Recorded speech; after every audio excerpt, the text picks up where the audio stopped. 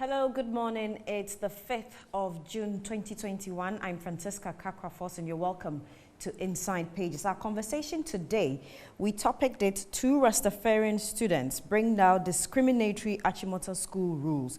We'll try and understand the ruling, and we also have a chat with the family and some lawyers. Stay with us.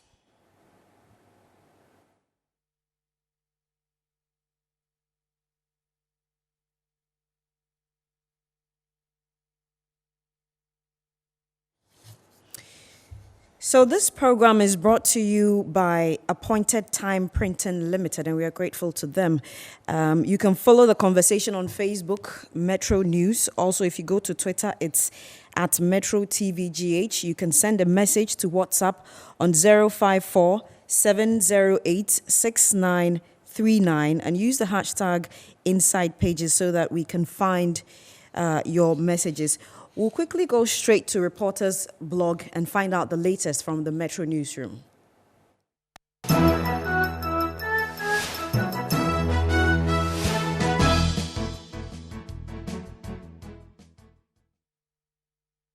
6th anniversary of the 3rd June twin disaster, which occurred in Accra in 2015. In the middle of a heavy flooding and rainstorm Wednesday midnight, an explosion at the Kwame Nkrumah Circle branch of the Gore filling station in Accra killed over 150 people that plunged the whole nation into an official 3-day national mourning. The streets from the accident scene were littered with bodies while some were found in drains, taking authorities weeks to clear the remnants of the disaster. What many Ghanaians have termed Black Wednesday still has imprints of sadness and sorrow in the minds of many. Some victims who commemorated the day today shared some memories.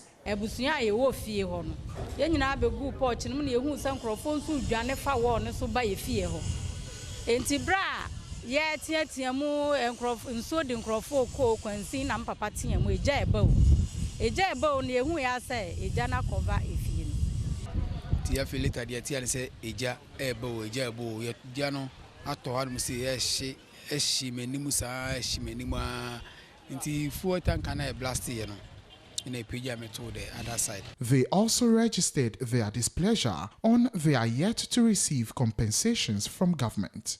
But send you can say I'm buying the end that the mensanka bibia menya mo bi anfie bi obi an high dan even kura no adwuma asem ya den me dan tam so ye chinchin ebu 1990 asa ke be hia moa o ba bi kura no ene me nkwala bi school ko mrade no menya mo anfi penifo bia o to bi anya mo bia gina se hwemani a me ko drugstore se me ko to dro mo ma me je hospital by scar be ko hospital so no eye den nti ye hia moa se aban be hu ye mo bo na nkura mansan bi beti na hu no be me mo na the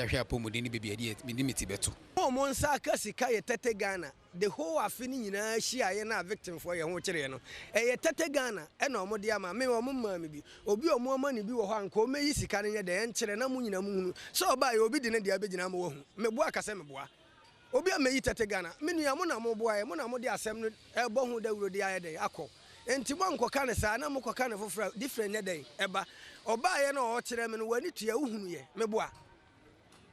And Tete Ghana the whole year no MC ni begina ho no o se aban na maye mpatasika the whole year eya afimu ni na Tete Ghana obi free north ne bae obi free central region ne bae obi free Ashanti region obi free Bono ene obi dum free western region se ya madesra dia me de to aban ene ne mpanifo anim ne se o mo hye ye bo e wo 37 ayaresa bia se yenya ye fie ahye no nyame boa ne ye ba ombe hwehwe ba bia mayada emfie nsia ni ye hu hwe etimade sade ne se dan ne no mu mesi mayen a abusua ne ye ti sa fie num no omum pe ba bi mayen na ye ntena. And I took the letter I have from the house to this place, expecting the government to say something for us, and at the end you give us 30 cedi. I don't know what to say again. So let it go. So these are victims of the June 3 disaster expressing their displeasure on what government has given to them so far. From them, it's been a year from 2020 to 2021. And then today, as they commemorate their 6th year, the only thing that was given to them is 30 Ghana cedis. Shadrach Ijari, Metro News. After barely 3 months since Oheneba and Krabia, one of 2 Rastafarian children, were denied admission due to their dreadlocks, the student, Oheneba, is finally here today, and we are told he has completed his admission process and is currently in the classroom. His mother, Mana Marias, has been speaking to Metro News. How are you feeling this morning? I'm feeling, I'm chilled. I'm over the moon, you know? Yeah. You have been in there with your son, Oheneba and Krabia. How has the reception been so far for you? So far, so very good. You know, we were a bit nervous. When we got here, the reception have been warm so far. You know, it's far from what we had, you know, in our minds. Yeah. So first of all, you know, we're approached by the chaplain. You know, he directed us to a particular place. I think the administration. We went there, so we're there. The day student prefect, you know, she came very warmly, welcomed Oheneba, you know, told him that, you know, he should feel feel at home. Nobody is going to do anything, you know, and it was kind of very warming, you know. Yeah, we met one of the teachers. I think he was directed to come and deal with us. So he's given me, he's briefed me on the necessary things, you know, that we are supposed to do. And then he took Oheneba to his classroom. We have also been speaking to father of Oheneba and Krabia, Ras Oswald and Krabia, who says his lawyers are prepared and are ready to meet Achimota School's lawyers if the appeal processes goes through. What will be your next line of action? We will just prepare our legal team to address it. I'm not sure exactly what strategy they would have in order to address it, but from seeing how the whole thing went and knowing that the Constitution reigns supreme, I'm still standing on the fact that the Constitution, the principles and guidelines in the Constitution is what, you know, we are going to go by. But are you happy? Oh yes, I'm pleased. I'm pleased with what has happened so far. I think this should have happened from the beginning, where the Ministry of Education, you know, play a key role in what was going on. The GS also, instead of GS making that U-turn, they should have stood their grounds, you know, so we wouldn't have reached this far with a lot of this mess that took place. Some residents along the dam whose houses are always flooded by the dam when it rains have contributed to construct some drains for water to flow into the dam. But what they cannot do is to construct a bridge over the drain, which will provide access routes for motorists who are often stuck in traffic on the Temafenya Road. They say when it rains, workers at the other side across cannot go to work. School children are either carried across or they have to stay at home. Chairman of the Residents Association, Benjamin Isisu, narrates efforts they have made. Road is very, very, very important. Now, if you want to go to Ashama, this is a shortcut. You pass on this bridge, and this is Washington, you are in Ashama. But because of the nature of this route, now the route is just too far. You have to come back and go and pass through Michelle Camp Road, through Afariwa, and join the traffic, through Afariwa, before you can get to Ashama. Meanwhile, Ashama is just it's a walking distance from here. But because of this bridge, you have to now turn, and it has become a journey. Some of the residents also shared their bitter experiences with Metro News whenever it rains. The major problem is here. If the student, I'm crying for the student. Because when it rain fall, they cannot able to close the rain and go to school. And moreover, we are the motor guys there. We have been helping them to carry them across the river before they can able to go to school. Sometimes I feel pity for them. And moreover, if the rain fall, majority of the rain is coming from the up. Before by the end of the year, or if the rain fall, we cannot able to close it. You know, if the rain falls, not all the time, but at times when it falls heavily, it destroys things. You see, it disturbs a lot. Some of them have taken their personal initiative to stop flooding in the area, but can only ask for more. That there's a huge task on us. So we decided to erect this gutter so that when it rains, there would not be any flood here. So we decided for the first time, we wrote to the assembly, to assist so that we could do all this. They came in, the DC or the MC, was also here to survey the area, and he told us, he even assured us that they will also assist. It was drama at the Accra High Court when some conveners of the hashtag Fix the Country clashed with the police at the entrance of the court complex. Explaining the situation to the media, ACP Kwesi Ofori, Operations Commander of the Greater Accra Regional Police, said they were trying to control the manner in which the conveners appeared in court. This is a court premises, and that people should not come en masse, and that individually they can come in to the court.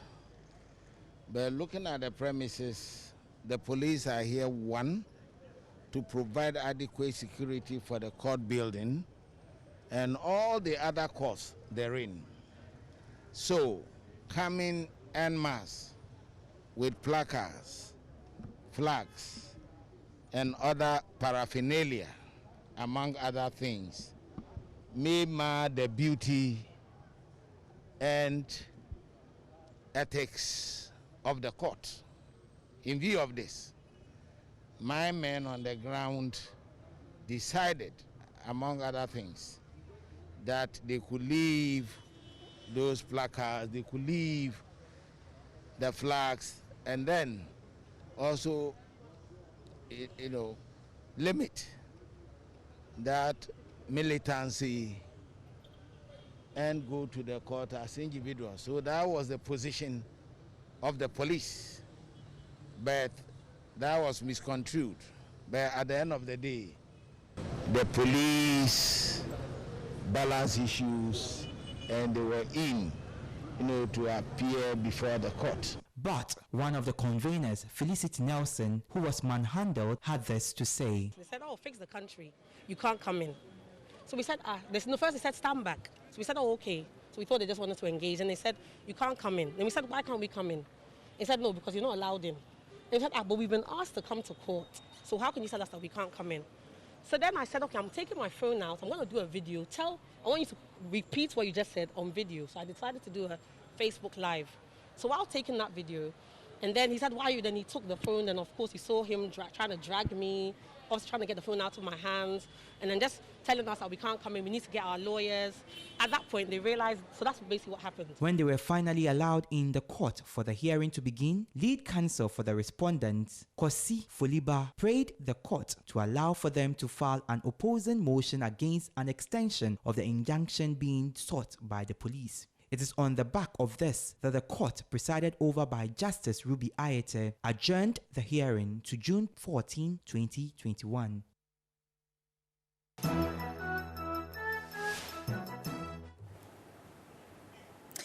Welcome back. So time now for Ghana Moments. And for Ghana Moments this morning, we'll take a message from the editor-in-chief of the New Crusading Guide, Kweku Bakon. He's been speaking about the ruling by the Accra High Court ordering Achimota to admit Tyrone Magai and Oheneba in Krabia. Let's watch this and return for the conversation. And I got it last night. I've read. I'm persuaded by the drift, the thrust of this High Court judgment. I like it. But again, as Sami indicated, the GES and the school are entitled to file an appeal if they're so minded. I wish they wouldn't, to be honest. But they've given us the indication already that they intend doing so. It's good that the stay of execution has been vacated. They never tried. Did they file it? I'm not sure. They intended to file it. There was an intention to file it. I'm happy that that has been dropped upon the recommendation of the Attorney General. What I find tricky is this. It appears that Attorney General, because he was a respondent, I think he was the second respondent in this case, in the High Court case. Mm-hmm. And it's proper because of the fact that you are suing a school that belongs to the GES. I believe nominally the Attorney General will come in. Sammy may be able to explain some of those things well. But it looks as if in the course of the litigation, the Attorney General and the school were on one side. I suspect that at appeal level, the same situation may happen. You know, I believe this matter should be allowed to. So that's the editor-in-chief of the New Crusading Guide, Kweku Bakun Jr. Let me now introduce my guests. It's a packed show. It's what I call a Rasta family conversation plus a little law. I'll start with Oheneba Kweku Nkrabea. We're supposed to have him in the studio, but his parents advised against that, and we are okay with that. However, his mother and father join us as well. Mana Myers is mother of Oheneba Kweku Nkrabea. Mana, good morning and welcome to Inside Pages. And I'm really loving your hair. Thank you so much. I've picked a few tips, so you'll see me very soon. Okay, sure. We also have Ras Aswad Nkrabea, that's father of Oheneba Nkrabea. Good morning to you, Ras, and thanks for joining us. Yes. I remember when this happened, you've been so gracious to us. Anytime we call on you, you're here to speak to us. One of our presenters had an interview with you when it started, and I remember he asked you to speak to the government, to speak to the nation about what this means to you and how this is important to you. And you made a passionate appeal to the president and to the government, and today we are here. Mm-hmm. We also be speaking to Wayo Ganamanti. He's the lawyer for Oheneba Kweku Nkrabea. Wayo, it's good to see you again. Thank you. Have you been on Inside Pages, or you've been rather on Good Afternoon Ghana? Yeah, I think it's Good Afternoon Ghana. In fact, we're the maiden edition. Eh? Yes, so you were. On the same matter. Exactly. It's good to see you and welcome. Thank you very much. Yes. I also introduce Benjamin Antiedu, lawyer, legal researcher, and author.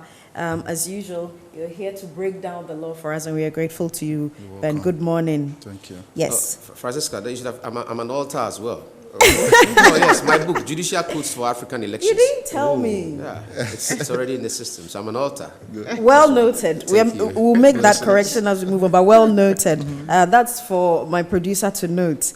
We also have with us via Zoom, Ras Mubarak. He's a former MP for Kumbungu constituency. He'll be joining us, but we have Kweku Nkrabea. I think he's already on Zoom. He's a concerned citizen, and Kweku was also with us the first time we had this conversation on Inside Pages. Later on the show, we'll be joined by another Rasta family. Tyrone Magai, he's an Achimota student, newly admitted. Terrio Magai, that's his father. And I believe his mother and sisters will also be joining us. But don't worry, we've made enough room for everybody to get on board. Yes, sociologist Dr. Christopher Ampedu will also be joining us to have a conversation about what this ruling means from the sociological point of view. But I'll go straight to Mana, mother of Oheneba Nkrabea. So I just learned that from my producer that you've decided that he's not exposed to the media any longer. Exactly. Can you share with us why? We are okay with it. Okay, yeah. So personally, I felt that we've achieved our objective, and so it should be enough.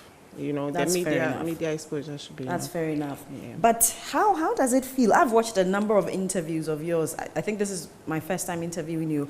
And I've seen the passion with which you've been driven right from the start. Yeah. Leading this, a worried mother fighting all the way for her son.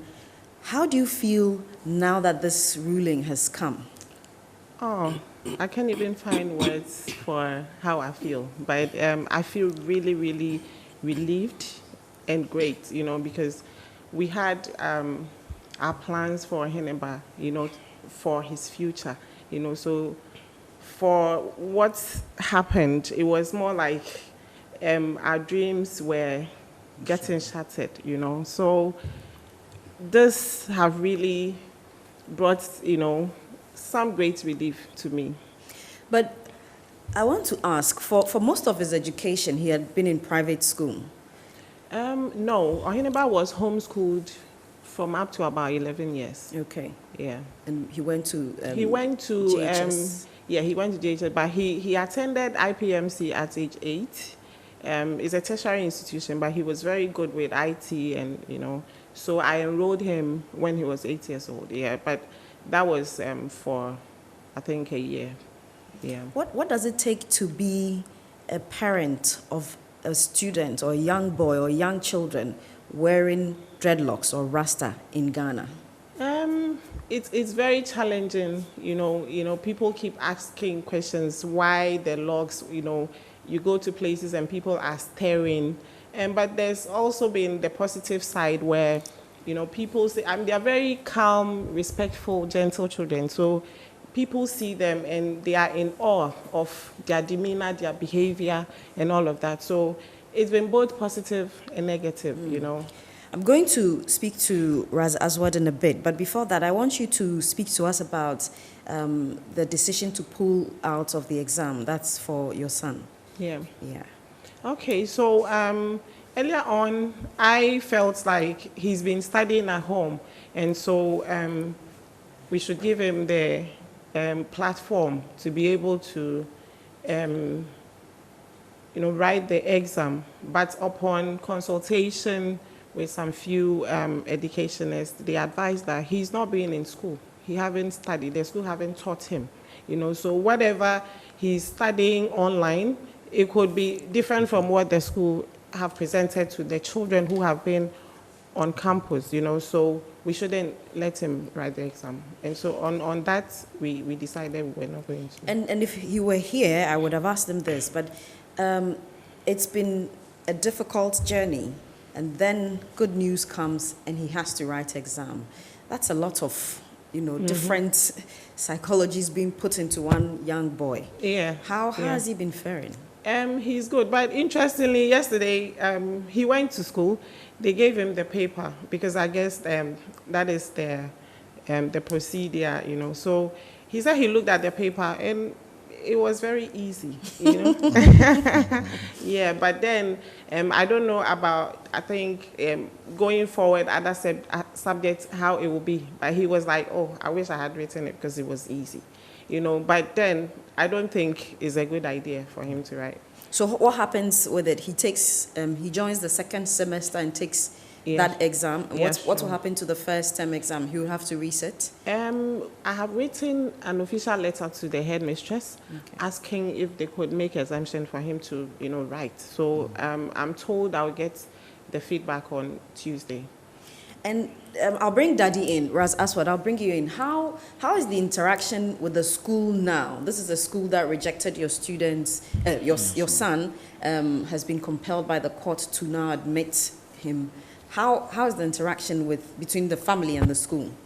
Well, we haven't started yet. I am expecting to go there on Monday. Just to So if you could kindly use your microphone, thank you. Sorry. Yes, we haven't started yet. I'm expecting to go there on Monday.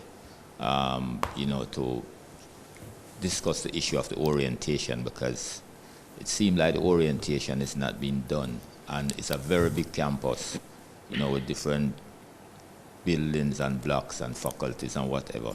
And I think he needs to get an orientation so that he knows exactly what the procedures are, where to go, who to see, so on and so forth. So I'll be going there on Monday to acquaint myself with that issue. Generally, what are you expecting? Because earlier in the week, we heard Mami talk about the reception at the school when he was admitted. Are you expecting that that will be the case, given that one of the orders from the court was that there shouldn't be any interference with their stay or their admission there? What generally are you expecting? Well, I'm expecting a positive one, just like I've been saying all along, that I should show him some love, show him some appreciation, welcome him. And I have seen that happening so far. You know, it is on the way, because when I spoke with him yesterday, he said that he saw the headmistress and there was a pleasant greeting and smile, whatever, between the both of them. And you guys have made history, really, and you've become really famous for it. How are you dealing with all of that? I'm sure when you step out, people are looking at you and say, that's the family that is changing the course of history in this country.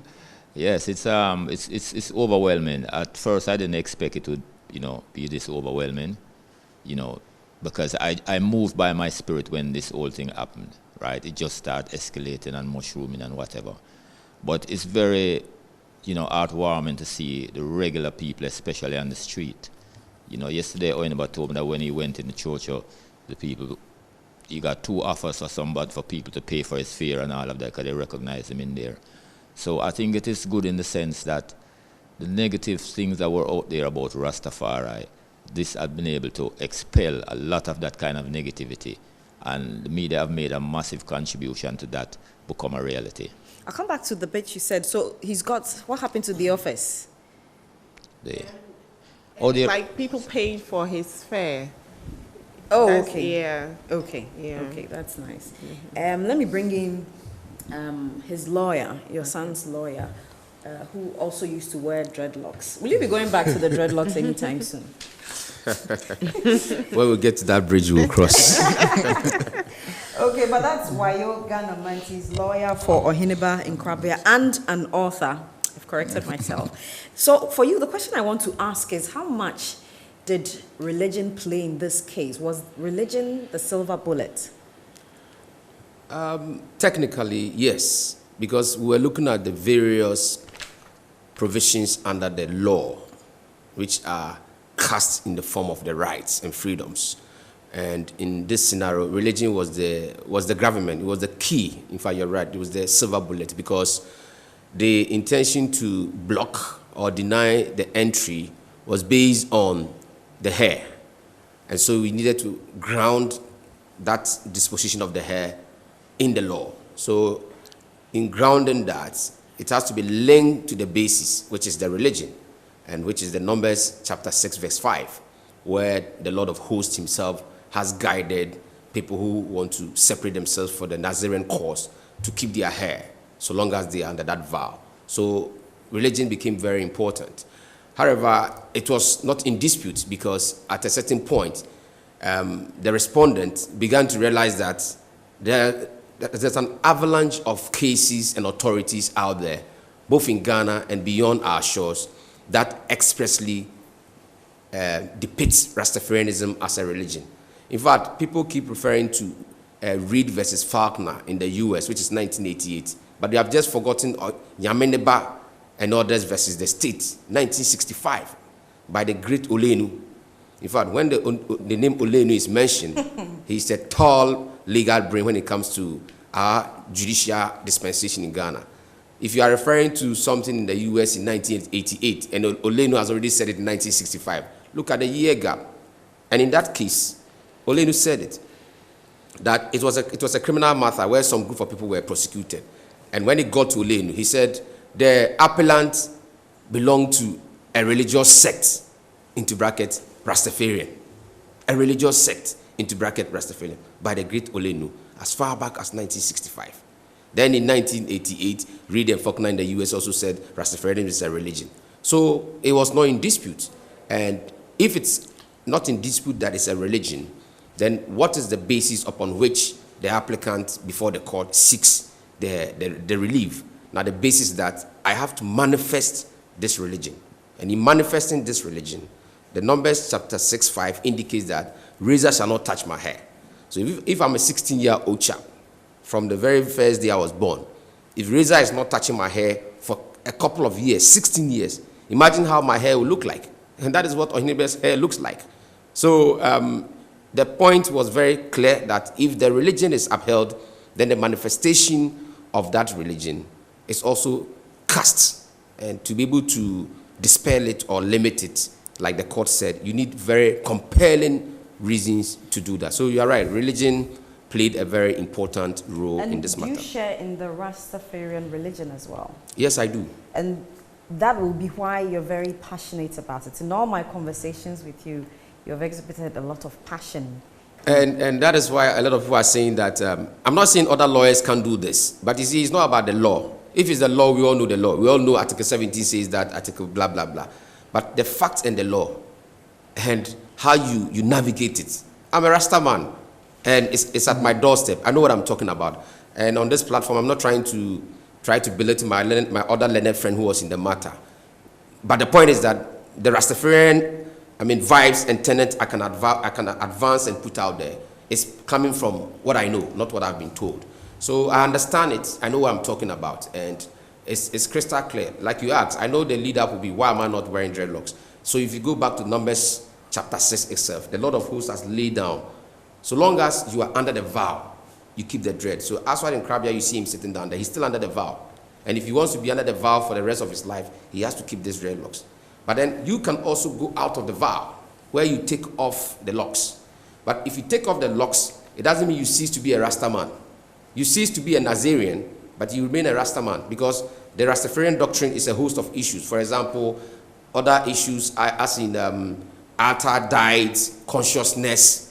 The reason why somebody will say, I'm a Rasta man, and you could be somebody else, is even the battle of consciousness. If a Can somebody be a Rasta man and not wear the locks? That's exactly what I've just said. Which is what you are doing. Exactly. But you are outside the vow. Outside the vow. So those you see with the locks, they are still under Numbers 6:5, keeping the vow, keeping the razor not touching their hair, so long as they are under the vow. But when you move out of the vow... What does the vow do for you? The vow is the sacred separation of yourself between you and your creator. Okay. And for instance, if you are under the vow, you don't take strong wine. So I, as I sit here, can decide to take, if you say strong wine, so that if King David wanted to take wine on a certain day jubilating, he will do that. If the president of this country, after a certain victory, want to take wine, he will do that. But the very moment you are under the vow, you don't take strong wine. So if you see Aswad in the corner tomorrow taking wine, you have to chastise him. But I can take wine. You don't go in contact with dead bodies. What that simply means is that even if a sibling, if it's a child, if it's a mother or some passes, this issue of file pass and all that, it is not really the thing for a Rasta man who's under the vow with the dreadlocks. Because the moment you do that, you go against the vow, and straight away you need to take off that dreadlocks. So it entails a whole lot of dynamics. Thanks for that education, very informative. Now I want to ask, given that the case or this ruling is coming from a high court, and there are superior courts above the high courts, you have the Court of Appeal, you have the Supreme Court, are you worried that it's not conclusive? We are not very much worried, because we think that moving a step further is very important for the proper crystallization of this matter. Like Aswad said, we embarked on this journey not because of these two children, but for the sake of posterity, and also the quest to help address institutional discrimination as well as minority rights. So it's a bigger, holistic national fight. And he took it upon himself and indicated that if his son is to be the person who has to be the main spot, the victim, it's an opportunity, because if it was even somebody's son, an activist as he is, he will rise to the occasion for that fight. So if now, by a divine orchestration, it's being his son, it's the right step to take than he allowing this opportunity to pass. And I know along the way, our sister Mana will have to have some issues with us, but we need to explain to her how to come on board. So Aswad has been resolute in his mind that wherever this matter ends, even if it goes upstairs, so if it has not gone our way, we rather would have gone upstairs. Where we are happy now is that Section 2 of the Children's Act at 560 says, talks about the welfare principle, where it says that the primary consideration of everything we do in respect of a child is that child's benefit and welfare. So that is where we are happy. Now the children are in school. So that phase, like Mana said, is off. But the fact that that phase is off, we think that there are so many things to be settled. For instance, if you look at how because the case were two, my learned friend Gauga made an argument on respect of Tyron's case. My legal team and myself made our argument on respect of Ahinebe's case. And in our case, for instance, we attacked the Achimota rules itself. The rules that brought us to court, we attacked it. If we look at the ruling that has come, the judgment, we can see that the judge concentrated heavily on the violations. Yeah. Don't violate this right, because if you do, it's not constitutional. But what Ghanaians don't know is that there were some other salient points in the submission, the entire submission, that the judge thought, whether I looked at it or I don't look at it, I can still give a ruling based on the tangent I've told, which is the violations. But for example, the Achimota rule itself that brought us here, If you look at the offenses, it's bushy hair, chemicalized hair, whatever it is. The corresponding sanction is internal and external suspension. There's no sanction in this very rule they are applying that looks like denial of admission or non-enrollment. What we're seeing nationally and globally is a denial of admission. You are denying the children admission. Okay. But we go back to the very rules you are applying. There's no sanction like denial of admission. The sanction is that internal or external suspension. What it means is that the child or the student needs to be in the school. Then you invite the parents. The parents come and then you said, okay, your child has broken a rule. This is how to go. So these matters all have to be looked at. When we go to the Court of Appeal, the Court of Appeal will not gloss over that. The Court of Appeal will just look at, for example, if you say you have a rule, it's like a criminal offense. If the law says fine and 3 years, you cannot give the accused person 5 years. You go out of your jurisdiction. So perhaps what I want to understand is that, and this is hypothetically speaking, if the case is appealed and the first ruling is overturned, what does that mean for your client and his admission in school? Yeah, what it will mean is that the right to be in the school has overturned, because now they are in the school based on the ruling, the judgment, that they have the right to go in, that you are violating their right to education, so stop. So now they've stopped, so now they've gone in. Anything otherwise, if it is overturned on appeal by the Court of Appeal judges that will sit on this matter, it means that your right to education has not been violated. So Achimota might think their rules will not suffice again, so don't come in. But then we will also now file and go to the Supreme Court. Okay. And we at that time will file our stay of execution. This time around, they were told not to file because it's becoming too much. I mean, the country must move on. But the very moment a Court of Appeal overturns what the High Court has done, we will file an appeal to the Supreme Court and file our stay of execution to stop them. So that the children will still be in school, whilst the apex court of the land will determine the matter. Very well. Let me go to Zoom right now and connect with Kweku Entry-Boisiakon. He's a concerned citizen. Kweku, you, however, belong to the other side, if I may say, just for the purposes of debate. And I remember your arguing point was Article 14. You spoke like a lawyer that day. What's your reaction to the ruling? Thank you, Francisca, and good morning. Good morning to all your guests. My reaction will be in two parts. The first part is, as a parent myself, whose daughter attended Achimota School, I am delighted for the children and their parents. And let's get it right.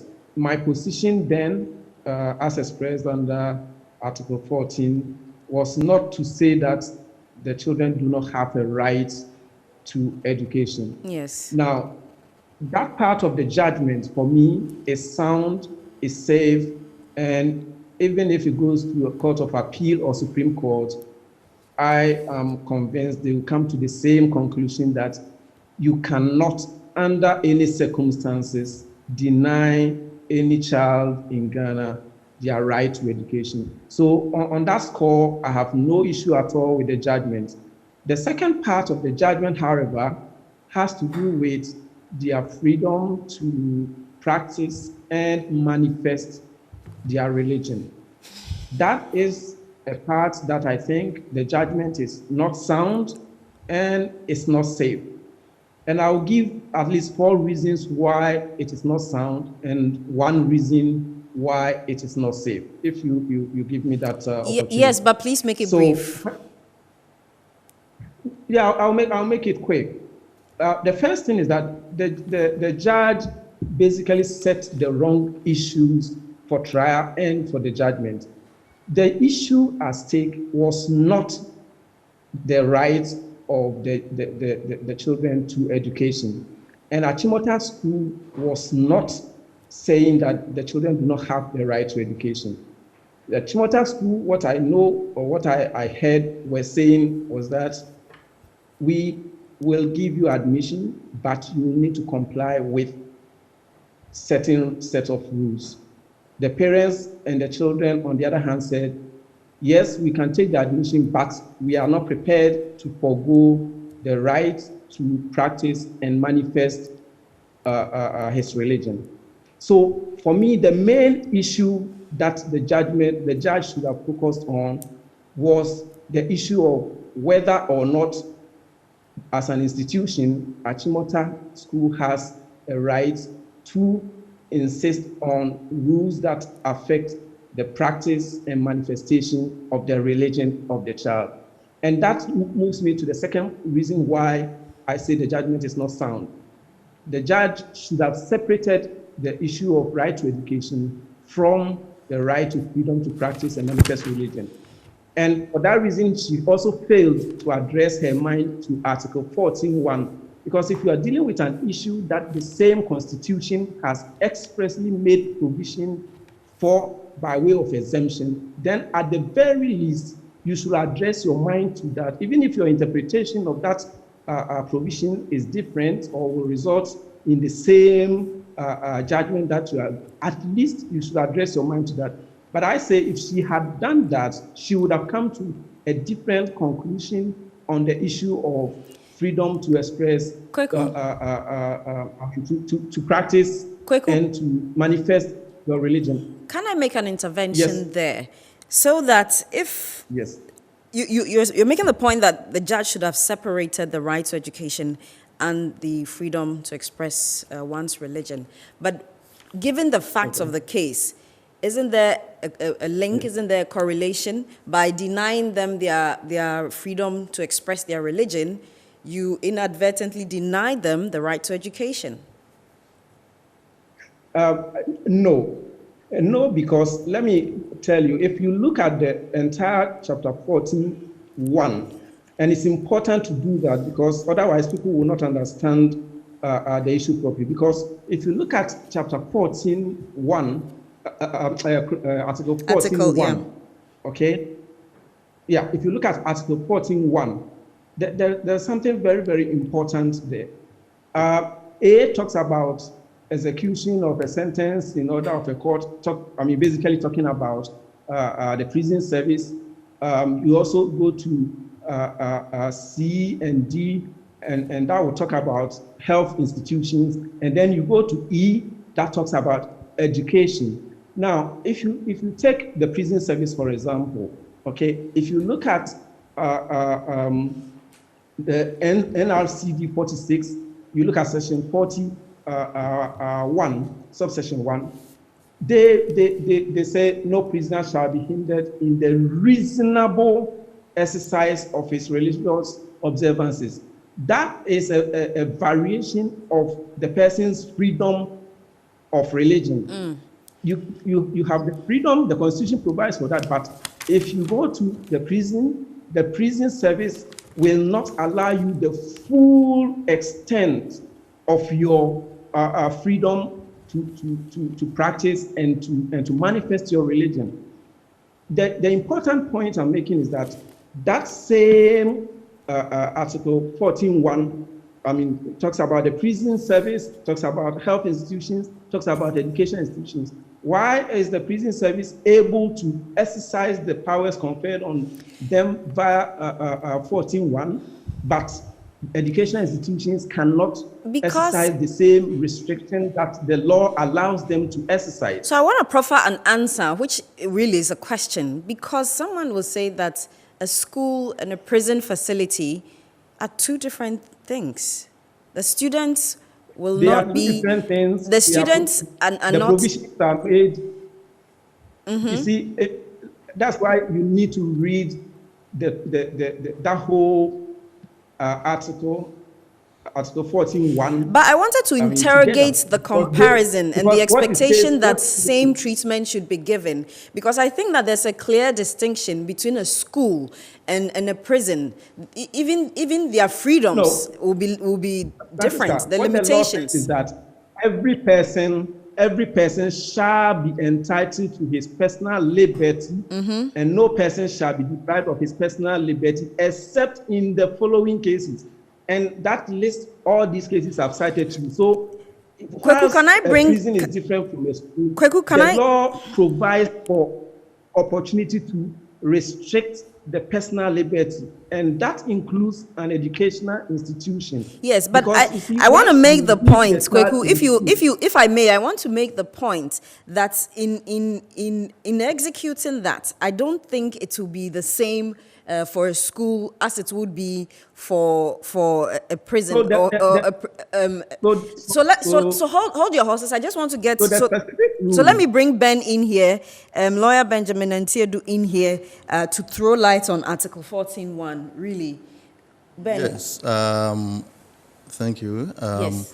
I have listened, and Senior was laughing at a point. Yes, he's making a good case that at some point the judge should have separated the issues, because there's a link, but at least you have to give clarity to the dimensions involved so that, going forward, because I think that even Senior will agree with me that you don't have clarity as going forward what other issues should be handled.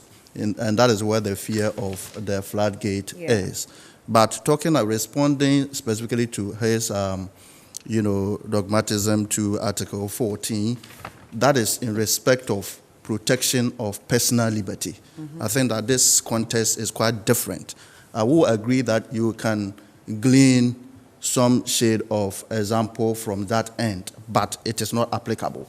Okay. What is applicable is the basis under which a right or freedom can be limited under Article 12.2. And that is where CLOSAC, the test for doing that, was duly analyzed. We don't, at this stage, I don't think our business is to examine whether the judgment is sound or not. When we get there, probably some comments will come. But, for this particular point of Article 14, it is not really the matter or the legal issue for this decision. But if you want to take an example as, an example of a case where some limitation can be given, because here you're talking about right to education, and then under Article 21, 1, B and C, where you're talking about your right to religion and then to profess it. Okay, very well. So that is the point I want to make. So, let me now come back to you to wrap up on your 4-point reaction to the ruling. Kweku. Okay, I think we've lost Kweku on that connection, but I'll come back to you, Ben. So I've heard a number of arguments that all of this was unnecessary. If there was no need to take the matter to court if the two sides had sat down and agreed. And indeed, lawyer Wayo indicated that even the sanctions for breaching the Achimota rules were not supposed to be denial of admission. Do you agree with that position, that all of this could have been avoided? And just permit me to say good morning to my uncle, Prince Echampo, who has returned from US, back from the glass country, glass in Kona. Likely we have glass also here, so he's welcome back home. So particularly about the whole case, I see it as a victory for our democracy, a victory for human rights. I will congratulate the lady justice also for the expeditious trial. We want to see this, when it comes to rights, you want a quick resolution or disposal of the matter. And then kudos to my seniors, and then the parents. This is the democracy we want. That whenever you have a difficulty, run to the court. That gives us the neutral arbitration so that the matter will be settled. Kudos to the Ministry of Education and to Achimota School. Mother and then father have attested to the warm reception accorded our brother.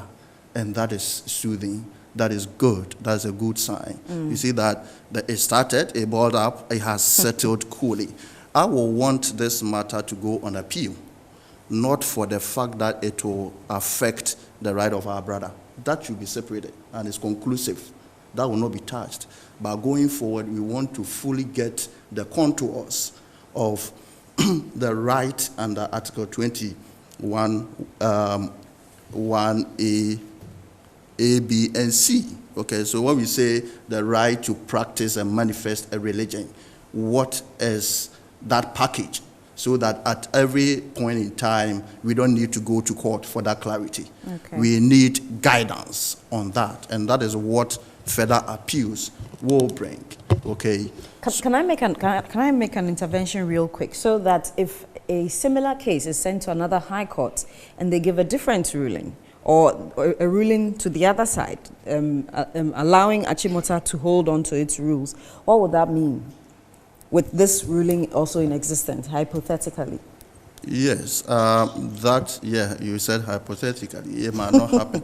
We have only one high court, senior who attests to that, and so you find that, you cannot bind yourself, so that ruling will not bind the other court, but that will be a conflicting decision, which maybe a second application for clarity on it will suffice. But there is an accrued right, and as Senior has said, now the table turns in their favor, where they can even stay execution in their favor and then seek a final decision to guide. But we should see this case as a watertight one in respect of the right to education.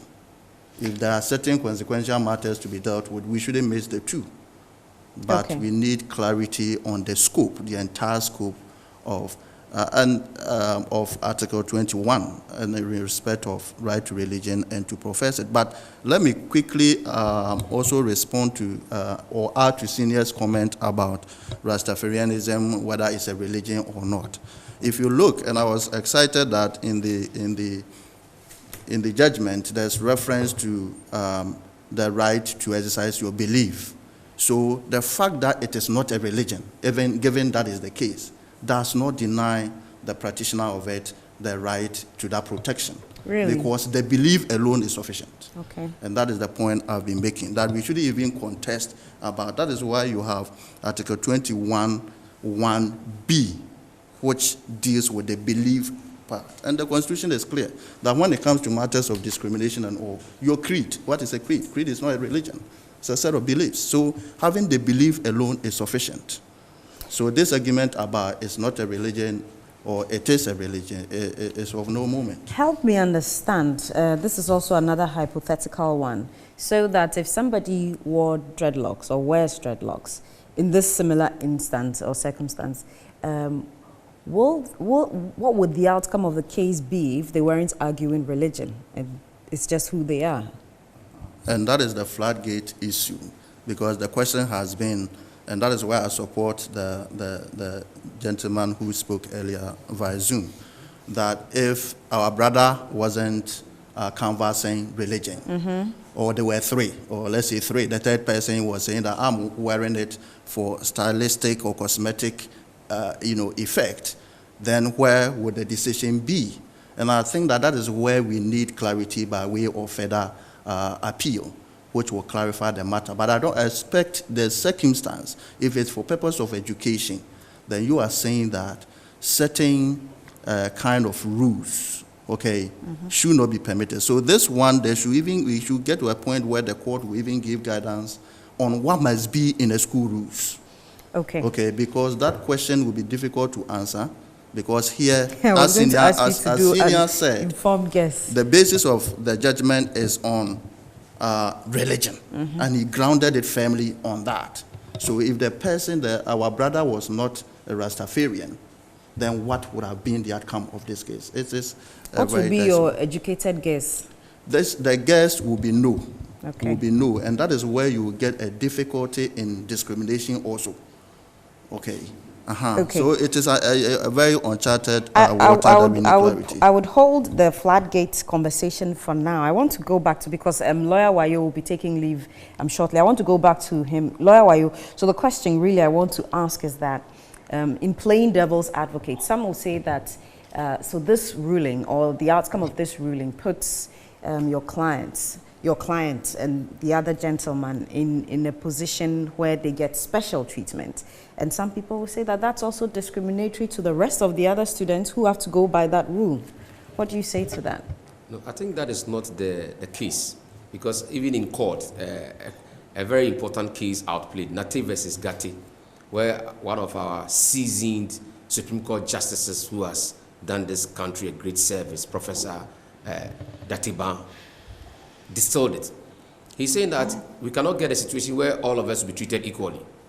In fact, equal treatment means treating people with similar characteristics as against those who are not in that characteristics. So if you and I, if Oheneba and Tyrone, per the evidence, are Rastas, they must be treated in that characteristics as persons of the same equal standing, as against the other person who is not a Rasta. Because it is very impossible to treat all of us equally. So that question, Nati versus Gatti, settled it. In fact, both parties, the respondent raised it in line with the argument you are making.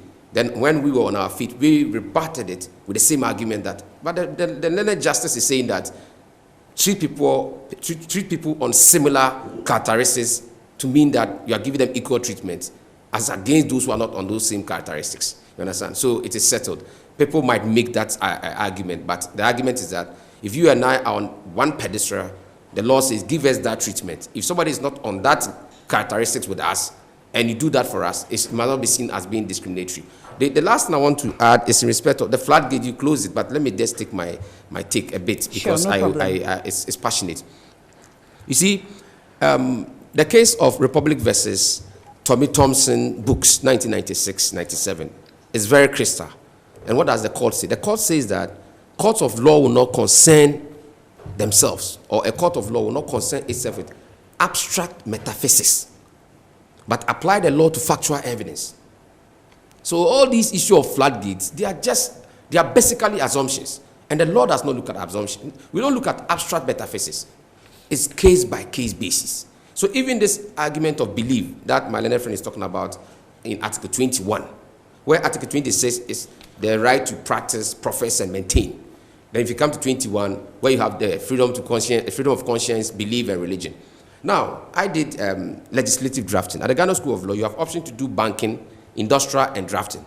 I did banking. Sorry, I did legislative drafting. We have eyes for the laws. We don't use words anyhow. So if I found a document, and in that document it says maintain, there's a meaning why the drafter put the word maintain there. A lawyer who did banking or industrial law, fine, we are all lawyers, but when it comes to expert-wise, it cannot be compared. So it's not in contention when you want to put assumptions into laws. Let's take a classical case of the issue of, let's say, Wolomo wearing the cloth to come to Achimota School. Now, I made this example on one of your sister stations. The reason why that argument will not fly, because the test is that you must meet a compelling public circumstances to curtail the right or to limit the right under Article 12.2 that he said. So if the issue is wearing school uniforms, up to today, Ghanaians wear uniforms. Until we move away from not wearing school uniforms, where you can wear anything and come to school, if we get it like other European countries, but now we wear uniforms. Take a Presec boy and then an Achimota boy. The only way you can differentiate between the two of them, if they are all wearing white shirts and trousers and a black shoe, when you see these two boys, who goes to Presec, who goes to Achimota, you can't differentiate between them. The only way you can differentiate between them is the one wearing the Achimota uniform and the one wearing the Presec uniform. So you get to see that if an issue arises before the court in line with uniforms, they might not have the same results like we have gotten. The reason is that the uniform argument will be very compelling. Why is it compelling? From this example I've just given you. Even if the argument will yes, be so on that the basis of religion? Yes, so if the Wolomo son comes and insists, I want to wear my cloth, that argument might fail. Because in the community of students, if you are working at Circle, we must know that you are a Achimota student. But if you are wearing your white cloth, are you a Presec student? Are you an Achimota student? So the argument will be different. So let's not assume and move into abstract metaphysics. It must be case-by-case basis. But why the hair argument will fail is this. If the same students are wearing white shirts and they are all having low cut, like Achimota is saying, you will still not be able to differentiate who goes to Achimota, who goes to Presec. They are all wearing white shirts, khaki trousers, low cut. Who goes to Achimota? You know it. So the same way, wearing dreadlocks, two of them wearing dreadlocks, wearing white shirt, nobody. So the hair argument was not compelling. But the very moment they are standing there and they are wearing low cuts and they are wearing Presec uniform and Achimota uniform, you can see the difference. So it is case-by-case basis. And don't let us overstretch the argument that it's a floodgate. It's not a floodgate. The court will deal with every matter that appears before it. Okay. Let's hold our horses on the floodgates. And we'll take a break. We'll take a break so that you can excuse us, Lawyer Wayo. But we are grateful to you for your time here. And I know Benjamin wants to come in. Benjamin, let's hold our horses. We'll take a break. When we...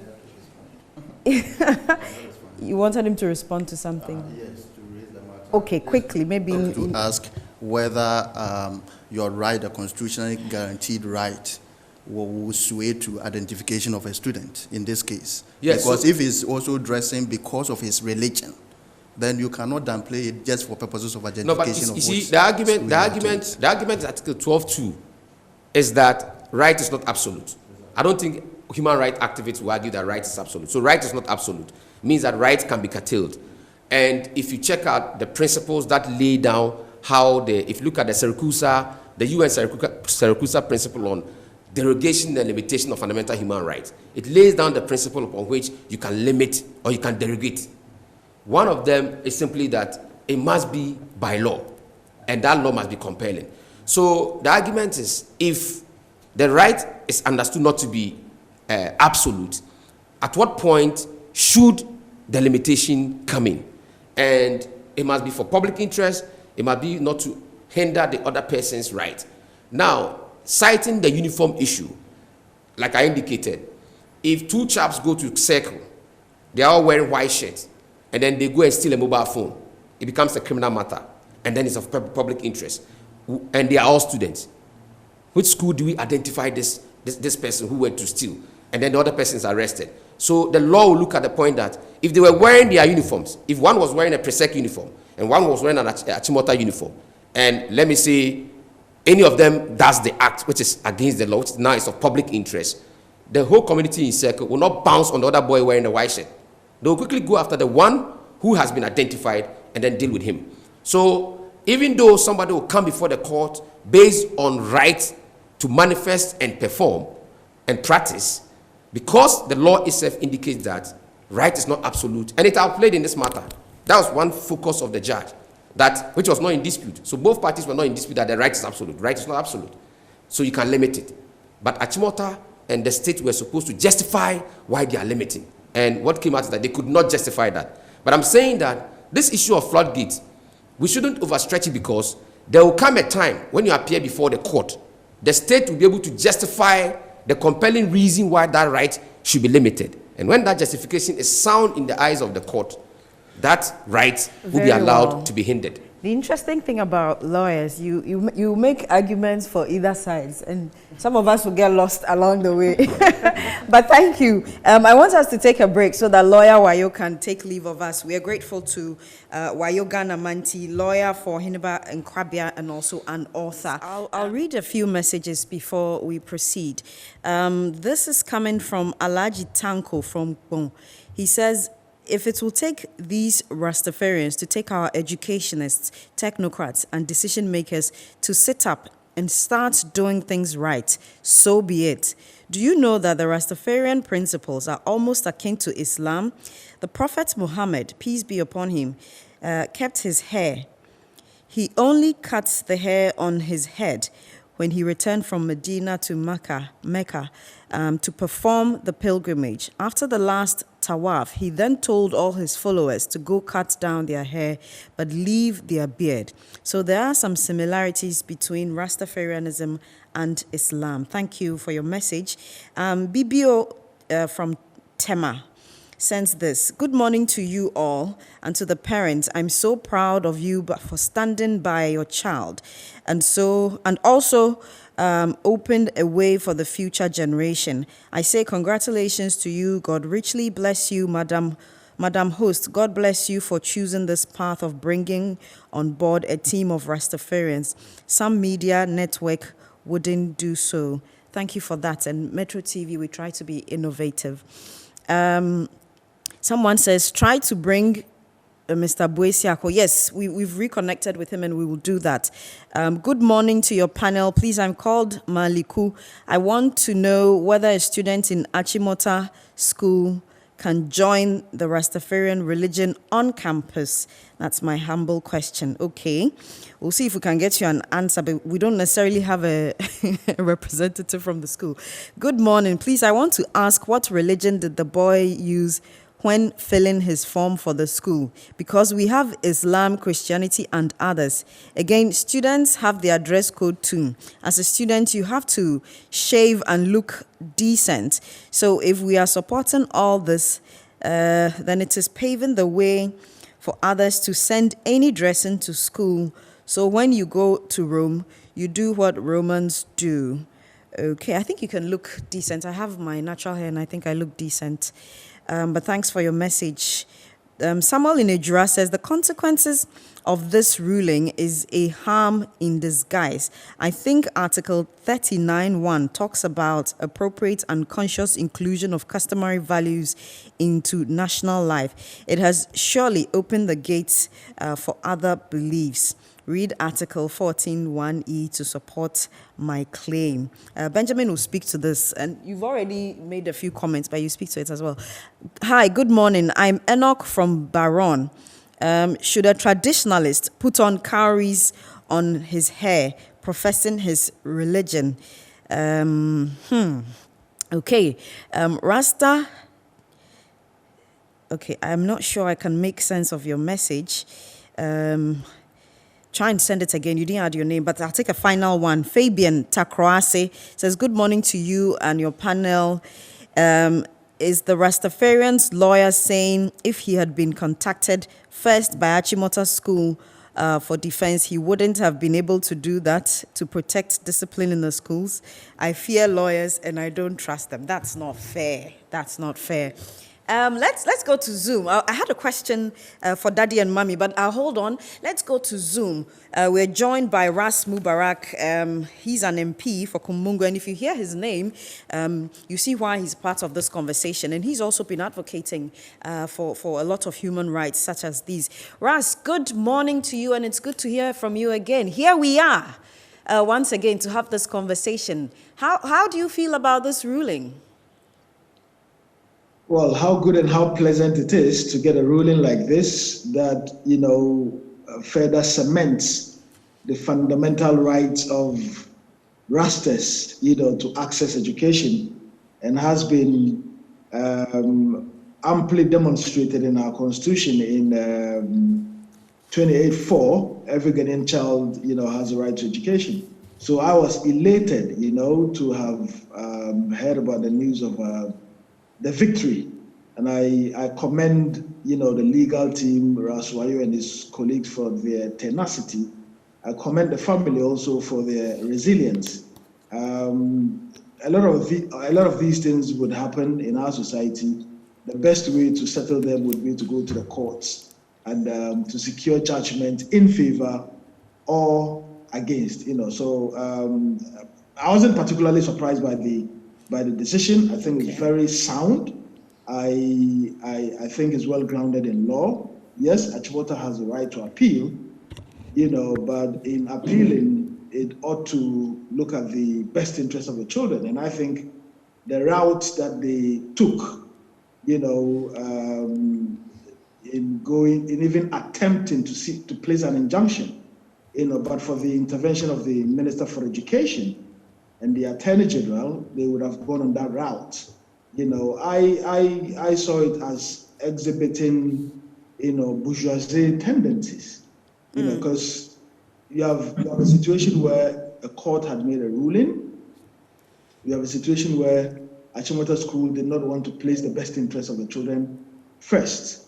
I mean, its core duty is to provide education to children, and irrespective of whose children, whether a Rasta child or a Muslim child or a Hindi child or a Christian child, and to have traumatized the children in this manner. Look, what they have done would obviously ring in the minds of many children, not just these two kids, but kids from within Achimota who should have been learning about diversity and inclusion, that in spite of our differences, we could coexist. That one may be Rasta, one may be Christian, one may be Hindi or Jew or whatever, but in building a cohesive society, we need to recognize these differences and live together in unity and harmony. That is how to build. Very well. Raz, if I can ask a few follow-ups.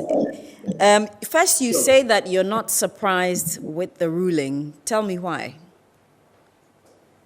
No, because of what's enshrined in Article 28 of the Constitution and the children's rights. And don't forget that one of the reasons why they went to court was to enforce that right, to have access to education based on their religion, which they are being discriminated against, as far as I understand the ruling. So I hope that answers your question. Yeah. Oh, that's fine. Now, Achimota, just one point. Achimota seeking to place an injunction, and Achimota, seeking an appeal. Yes, they have a right, but I thought that was, very disrespectful. Disrespectful to the parent ministry. I think they've called back the decision for the stay of execution. Yes, they have, but I'm making up, if I may land on the point. Sure. GS does not operate in isolation. All the schools in Ghana, through GS, when they are submitting their budgets, it is a Ministry of Education that brings their budgets to Parliament for approval, and for approbation.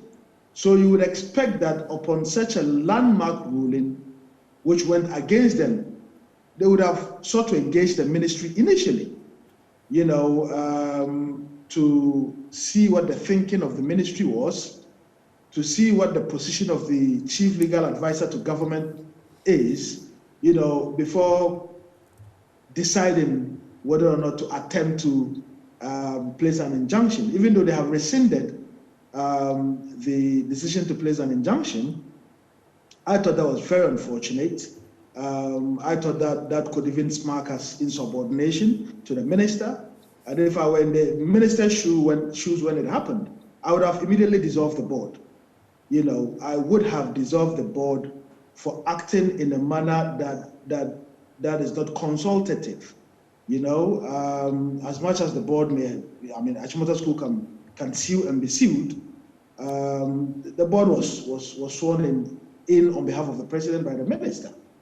So you would expect institutions of state, to engage parent ministries on weightier matters like the court ruling and how to go forward. But we are happy that I am happy that cool heads have prevailed. Very well. I am happy that the minister has authority, and I think that is the way and manner in which things should be done in the country, where structures are properly respected. Let me pick on an interesting angle, twist that you bring to this conversation. You talk about inclusivity.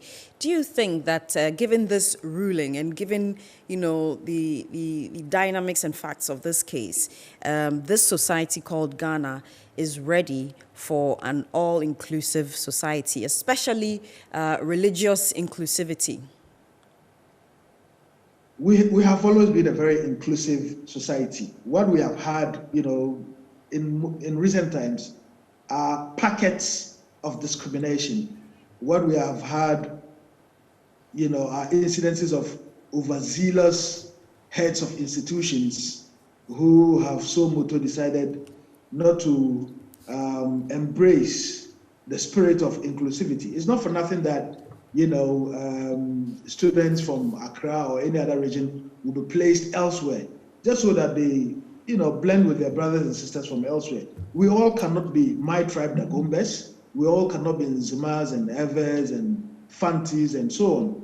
Neither can we all be Muslims or Christians or Hindus or Rastafarians. So there's diversity in society, and especially at this stage of our history, where we are seeking to consolidate our Africanness and to ride on that and to use that as a stepping stone to promoting Ghana.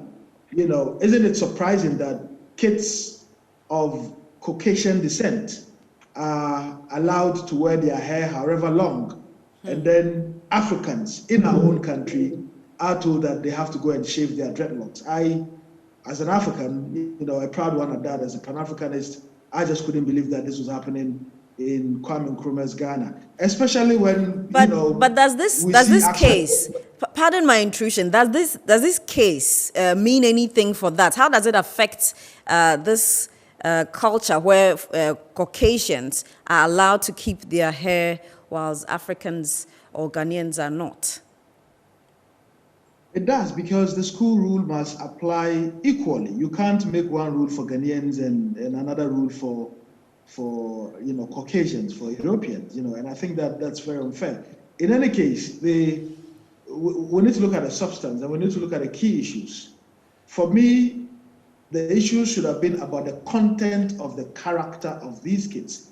And Francisca, how many Ghanaian kids whose parents are Muslims or Christians have written BEC or whichever examination and scored the highest mark or some of the highest marks as these kids? So it tells you that the kids are exceptional children. It tells you that they are disciplined. Because if they weren't disciplined, I'm not sure they would have gotten the kinds of marks that they got, and it should be largely about the content of their character rather than how they appear. We are not seeking to have one rule for Rastas and another rule for other persons. But okay. I'm saying in the spirit of inclusivity, where if you were working at Metro TV and you saw somebody who is Hindu, you wouldn't go, oh, wait a minute, she's Hindu? Where if you're working in Parliament and you saw somebody who's Rasta, you wouldn't go like, wait a minute, Rasta in Parliament? It is not healthy for our society. It divides communities, it divides societies, and we want these kids to grow up thinking that we could be different but still belong to one country and one community. Okay, I want to quickly ask Mana before I go to. I'm told I have a sociologist on the phone, but quickly, Mana, I want to ask you, when you made the decision, and we'll get to what went into that decision in a bit, but when you made the decision to take this up at the courts, what kind of reactions did you get? Did people feel that you were too litigant, you were not being a Ghanaian by letting it go? Did you get those reactions? I did. I did have even friends and family who stopped talking to me. Whoa. Yeah, because to them, I was destroying the child's life. They said I should cut the hair and let him go to school. And I insisted on the fact that he's not a baby, that I just, decide and cut his hair. He's 16 years and he have a brain and a mind of his own, and then, this is a hair that he's had from his childhood, and it's been part of, bringing him up, because I've always told him and his brothers that you look different in society, and so, and then people have negative perception about people who have locks, so you always have, to dissolve that perception by being behaving yourself well, being respectful, being studious, and all of that. And so, at a point, Oheneba said, "I have done all these things, and I have written BEC even at a point where I was very sick because 4 days of his writing the BEC, he was very, very sick. Even the teachers wanted to pull him out, but he still went ahead and pulled through. So he was asking questions like, after doing all these things, why should, I be told to cut my hair? What has my hair got to do with anything? So psychologically and emotionally, Ohimba went through a lot whilst I was also being bashed, by, the world, for standing up for him. Interesting. Let's get on the phone lines and speak to Dr. Christopher Ampedu. He's a sociologist. Good morning to you, Doc. Hello, Doc. Good morning. Good morning. How are you? I'm very well. Thanks for joining us. How are you? Really great. Thank you. Great. I'm sure you've heard about the High Court ruling that Achimota should go ahead and admit the 2 students who had dreadlocks on. Yes, I've heard. Yes, let's talk from a sociological point of view. This is a society that, yes, has varied parts. We've got a variation of ethnicities, religions, but like Ras Mubarak said, there are pockets of, stereotypes and discriminations here and there. With this ruling, What does it mean for our society? Could this be a step for more inclusivity? Thank you so much. I believe Rob is talking about open tradition, rather. Why? Because over the years, Achimota has been a place people cherish growth, a place where people are proud to go.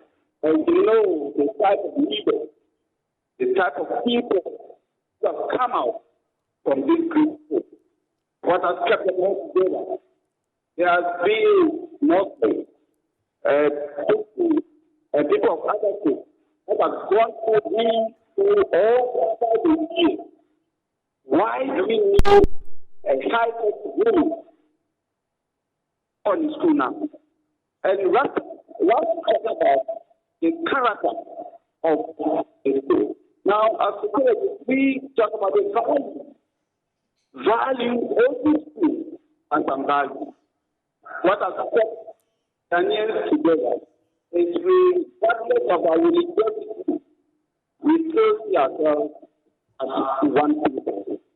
Now, the lawyers are talking about the right. Others are talking about. Apologies there. I think we've lost Dr. Christopher Mpedu, and we apologize for the poor output of sound in that phone conversation. But I'll come back to Daddy. I'll come back to Ras as well. So, why did you decide to go to court? You know, understanding the society that you live in. The average Ghanaian is not perceived to be such a litigant. Everything, I'll take it to court. I want. We'll just let it pass. We'll just let it slide. So, why the different approach? Why are you different? Well, you know, I have always been a social and political activist at a young age from Jamaica. I've been involved in a lot of advocacy. Even when the issue of South Africa was going on there, we were integrally involved in those struggles. So it's a natural process for me in terms of engaging in these things. I've done a lot of advocacy here, the Palestinian issue, the water privatization issue, the GMO issue. We were an integral part of the GMO issue, which is still in court after 5 years now. So it wasn't anything strange for me to do it. And since it came to me personally in terms of affecting my family, it was only fitting that I rise to the occasion. Very interesting. Let me come back to Benjamin. Benjamin, the question I want to ask you, do you want to quickly touch on the opening the floodgates bit? Yes. Which Ras made the point before, because I think you wanted to respond to that. So quickly touch on that. And that is what is taking the shine of the victory that has been given to our brother.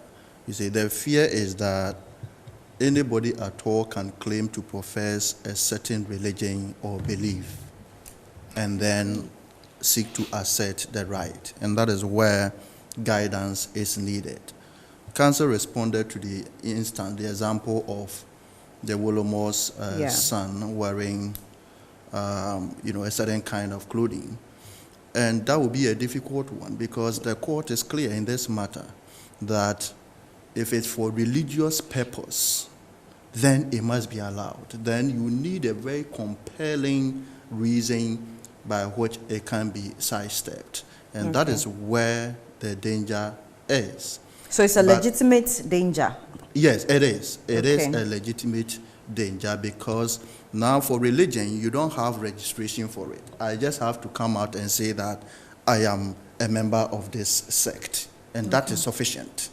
And that is where you have to deal with how do you manage schools, allowing for orderly training of children, keeping the uniformity thing. Okay. But as has been said, this is a special case. But those cases that are not special, how would we know? You see, that is the real And how many danger. special cases can we have? Exactly. And for rule of law, you want certainty. You don't want people to have doubts as to the kind of action they should take. And you don't want to also say that for every instance, the person must go to court. We need direction. Okay. And I think that is a real issue to express. Very well. I want to reconnect with Kweku Entribwesiako if we have him on the line. His line dropped at some point. Okay, I don't think we've been able to establish that connection yet. But I'll stay Kweku, Benjamin, I'll stay with you on this. Let's talk about, you've made the point, Lawyer Wayo also made the point, Ras Mubarak has also made the point. Let's talk about the matter of democracy. This is an important constitutional case. Yeah. What does it mean for our democracy? It means good for our democracy, and it brings a lot of relief and satisfaction that going forward, our courts are ready to rise to the occasion whenever is required. And I earlier commended the lady Justice for the expeditious manner in which this case was handled. Okay. And then even the cooperation from Achimota School, and then the victory that has to come to the parents. And you see the whole story has ended very well, and Ghana has been victorious. For now? Yeah, for now. Going forward, we only will have clarity and not to impact or impair the vested rights of the child. That's cast in stone. That is cast, and to me, nobody will rise to say that for this special recognition, we want to vary that. But we need clarity in respect of other matters that can come into the fray. So for our democracy, this is good. And for ordinary citizens to assert their rights, because governments or executive power is so strong as compared to that of individuals. So when you have the judiciary, rising to correct this, whether it be right or wrong, the fact is that the court has spoken, and it's good for our democracy. Okay. And we expect that other areas of discrimination, abuses, the court should respond in that quick manner, because you have cases where journalists are being mishandled. You have cases of arrest, detentions that are not really brought to finality. All those matters should be tested, and then conclusions should be brought on those areas, so that our democracy will be well enhanced. Okay, quickly, Mana, I want to ask you this question. For you, are you concerned, and speaking on behalf of your family, are you concerned about the possibility of an appeal? Does it worry you? And also with the explanation that Benjamin has given. No, I'm not worried at all, because I was in the court and I was following the proceedings. I was following what the lady judge was saying, and all she was insisting on was the child's right to education. And so by that, I feel that even if it goes to the appeals court, it will still have the same ruling. Very well. Thankfully, we've been joined by the Magai family. What I want us to do is we'll take a break. When we come back, I'll introduce them. They look very good with smiles. You're welcome, Magai family, but I don't want my audience to see you yet, so hold on. Let's go for a break. When we come back, we'll bring on board the Magai family. This is Inside Pages with me, Francisca Kakra-Forson. Inside Pages, and we have the Magai family in studio with us. Terrio Magai, father of Tyrone Magai, who has just been admitted finally to Achimota School. Good morning to you. And I'll start with Tyrone. How are you? How do you feel? I'm feeling great and excited. Great. And Daddy, how about you? I'm cool. I'm good. Finally, he gets his admission. Yes. Yes. It's been a long fight. Absolutely. But here we are. Well, 2 months or so, but here we are. Did you expect this? Yeah. How so? Well, when everything started in the court, we were following, as Mana just said. And when I just looked at the argument, I knew it should go our way, because in the Constitution, you cannot discriminate somebody against, with his religion. So we knew it has to be, it has to come our way, I was just speaking with the Nkrabias as well, talking about being a Rasta family in Ghana. Share your experience for you as well. I'm sure there will be the ups and the downs, sometimes more downs than ups, but what's the experience like? Well, I think people don't have much education on Rastafari, because when you even see some people who are really, like I would say, well educated, who are naturally supposed to know what it takes or what it means to be a Rasta man, we still stand at some corner and just be criticizing and saying things that are unpleasant, you know. So it's really been very hard that the people don't understand Rasta yet. Just a few really understand. Do you think we'll get there? Yeah, but how long it's going to take will be the problem, you know, because some, especially market women and some people, I don't know if I should call them the small people, you know, or maybe the clueless, you know. They just discriminate and think, oh, he's a Rastaman, just forget him. And sometimes somebody will even look at you. I remember one time I was buying a credit, you know, when I first came from Germany. I asked to buy, I wanted to buy a phone, this unit. And then when the woman called the price, I thought, is that what you mean? I mean, how much is this? Because for me, that time we're using this 2,000 and things, you know. The old currency. The old currency. And somebody on the side, you know, one other woman said to the vendor, oh, forget this Jamaican people, they are mad. And then I said to her, but why are you saying that in tree, you know?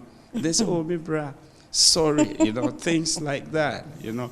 Or you go on a trotro and there is a space beside you, but nobody wants to sit beside you, you know. Yeah. Yeah. I shared that story one time here, where I heard, wasn't my sister who told me that a lady was in a trotro, and when she got in, she saw two Rasta men. She said, no, she's getting out. Yeah. It's the discrimination is unfortunate, and hopefully this case will be a major stepping stone. Yes. But let me go back to Tyrone. Tyrone, you've made history. How old are you? You've made history. How do you feel? I feel excited and satisfied after the long run, because considering the nature of the case, I mean, I wouldn't know how to understand it if it was really true that I can't be educated solely because I have dreadlocks. So I feel really excited. And how, you've been back in school, yesterday? Yes, yesterday please. You returned to school. How was school like? Okay, when I first entered class, there was an exams ongoing. So I joined them and wrote it. And then I think after an hour, there was another exam paper, end of term, and thereafter it was closed. What papers were they? Okay, elective ICT and social studies. Were they difficult? Okay, not to me, I would say so. Not for you, right? Yes, please. Okay, but having waited all this while to come and write exam, didn't that bother you a bit? Well, it did, but I mean, I felt it shouldn't be that difficult, because it's still SHS and yet still they are my colleagues, even though it's my first time. So I just had to calm down and try to understand everything correctly. Okay. Now I want to talk to you about living in Ghana as a young man or a student, a teenager wearing dreadlocks. At what point did mommy and daddy speak to you? That's one. And at what point did you start noticing that people were looking at you differently? Okay, earlier I could understand that having dreadlocks would make you look different from everyone else, because not everyone has it. And I could also understand that the moment you are dreadlocks, you should be ready for anything. Because if I'm listening to old stories from experienced people, they are talking of potential discrimination and all other forms of unpleasant experiences. So those were some of the things I knew growing up with dreadlocks I would feel. But then looking with my dad and everything, I mean, it's my dad, so I thought like maybe just being a Rasta after all, I should be able to cope on well, since he is also coping on well. How much of an influence has your dad and your mom, have they been in, helping you keep your psyche with your identity and the society you exist in? Okay, with my parents, I would say entirely, because right from the start, I know if I were alone or I was always on my own, I wouldn't have made it through. Because considering the harsh comments from the earlier the earlier times, and then the thought of having to stay home in your first year, I believe it would have crushed me in some form. But my parents constantly advising and talking about that it's going to be all well, very well, and with other people also saying it's going to be very well, I think that one kept me true. Tell me about the worst encounter you've had because of your hair identity. Okay. Would it be this one? I think so. Yeah, I think so, because I wasn't expecting anything like this back before the whole Achimota case. I mean, back at where I was at Omega, I was entirely one of them. Entirely one of them. Only I had dreadlocks, but no one really distinguished me that this guy is dreadlocks, so he's totally different from us. I was a part of them in every single activity. So I would say the Achimota case may be one of the worst things that happened to me. Yeah. It's unfortunately, I wouldn't call it unfortunately, but for good reason, Oheneba and Krabia couldn't join us. But I've watched the both of you. I've followed the both of you. You made a passionate appeal at some points during all of this. I think he also did. And the reaction from many people is how brilliant the both of you are, how eloquent the both of you, and the questions I'm asking you and the way you are responding are evidence to that. At 17 years, this is what you're doing. You're out there in the world and people are getting to know and feel you're brilliant. What kind of Tyrone are we going to see in the next 5-10 years? I'm excited to know who you will become and what you will do.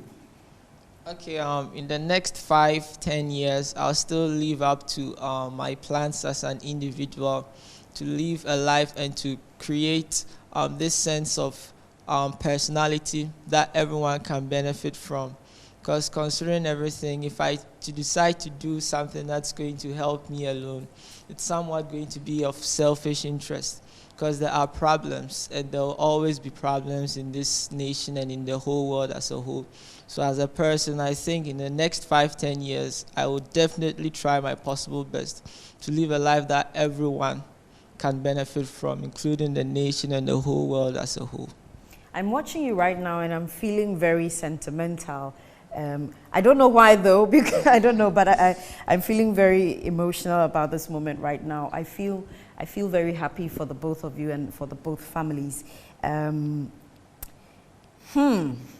Anyway, viewers, forgive me. I'm having a moment here myself, watching him. He's young and he's I don't know. Well, congratulations to you and Oheneba as well, and to both families. Thank you. I want to now go to the case in court. I'll come to you, Daddy Magai, the case in court. What was different about your case was one of the reliefs. You were seeking for compensation for the time that would have gone to waste, or the time that went to waste, and also maybe certain injuries that would have come your way, emotional, psychological, etc. The court didn't grant that. Are you okay with that? Yeah, absolutely. Because when I heard that they were also going to sue for compensation, I told my lawyer, we don't want that, you know, because it was going to look like, or it will be like we're also trying to make money out of this, you know, making a trade out of it. So I told him, no, I don't want it, you know. And everybody didn't want it. Tyrone, his mother, everybody went like, but why compensation? But then he said, it's part of the whole judiciary system, because we've been hurt. We lost things, you know, roaming about with taxis, going up and down, seeking advice. So it's normal. Then I also spoke to other people, and they said, oh, it's normal. Even some people already were telling me, hey, you will be compensated and stuff, you know. Yeah. Okay, so, Raz, as well, I'll come to you. You didn't have that as part of your reliefs. What's the decision? Why? You know, just I was more concerned about the rights and the overall political issue, the implication of this advocacy. Okay. You know, as a political advocate, my focus was more on that. But I still think that there should have been some compensation because we have spent a lot of funds. We have, I mean, it's enormous in terms of what we have done. I mean, you look at all the other cases in the USLs where those children, they are compensated properly for the damages and so on, and help them to even further their education. So even from an educational standpoint, I think some expenses should have come out for a scholarship or something out of this so that we do not suffer the loss that we are suffering right now as a result of engaging in this battle, which we didn't cause on ourselves, right? It was forced on us. So it is in the right spirit, I think, for some level of compensation, for at least educational compensation for the next couple of years so that we can overcome some of those expenses ahead, you know, and plus based on what we have put out. So it's in the right spirit to do that. Benjamin, you're the lawyer. Given that, you know, they had expended some monies, the boys had been out of school for some time, there was the whole psycho-emotional effect and all of that, and the judge rules and doesn't grant that. Is that fair? Yes. Let me say that there are two aspects to what you put together as compensation. We have cost of the litigation itself that can be awarded in favor of the winning party. Okay, so cost of legal fees and other incidental costs that will be handled on that aspect. But if you're speaking strictly about compensation, then you mean, let's say, the psychological injury suffered, and the kind of where I agree with Daddy is maybe the extra tuition that you have to incur by, you know, training your child to fit or to come at par with their colleagues.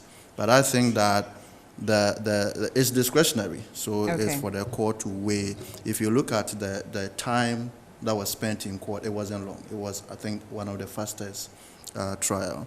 And then also you want to see the overriding interest, you know, the joy of having the children getting into the school. I think the judge weighed that one beyond any other factor. But of course, it's entirely a judicial discretion, and further some, you know, due recognition can be given to that. But I think that the fact of the ruling that they should go to school is more than anything. And it's experience that, as Daddy said, is the victory and is the impact. Okay. That is where I'll take, I think we have about 2 minutes, 3 minutes before we wrap up, but I'll take a quick message and then I'll give Tyrone the final word on this show. This person sent this message. He says, is it Ni in Accra? He says, as much as I am happy the children's right to education has been enforced, I believe we need clarity and direction from the courts as to how to deal with the potential floodgates relating to religious freedom vis-a-vis education. We cannot ask everyone to go to court to enforce their rights. Thank you for your message. This person says, they are not greedy people, like many love them after all. Rastafarians are African. Big up, brethren. This person says, please, Madam Host, tell your guests to speak the Jamaican patois English. That is what kills me the most. Rastafarians are righteous. Okay, so that's from Gilbert in Yendi.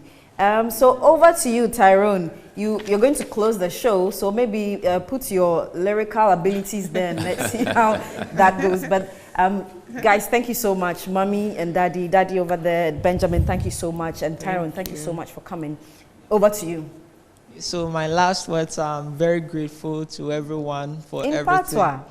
No? Okay. Yes. Okay, so give us your last words, Tyrone. Okay, so I'm very grateful to everyone for all the help that they give, because in real sense, they don't know us from anywhere. I mean, they got to know us from here, but still, they threw in their support and their maximum encouragement from everywhere. I'm grateful to the lawyers, to the judge, especially to our lawyers and all our team of supporters, as well as the journalists and everyone out there. I'm very grateful. And also Achimota School for finally accepting everything. Great, great, great, great. I did say you were going to close the show, but let me take this quickly from one of our guests that we lost on Zoom. He says the Attorney General told the media house the basis for an appeal will be Article 41E, which lawyer Antiedu seems to downplay. Okay. Okay, Ras Mubarak also sent this. I believe all religions of the world are about love. Rasta is about love.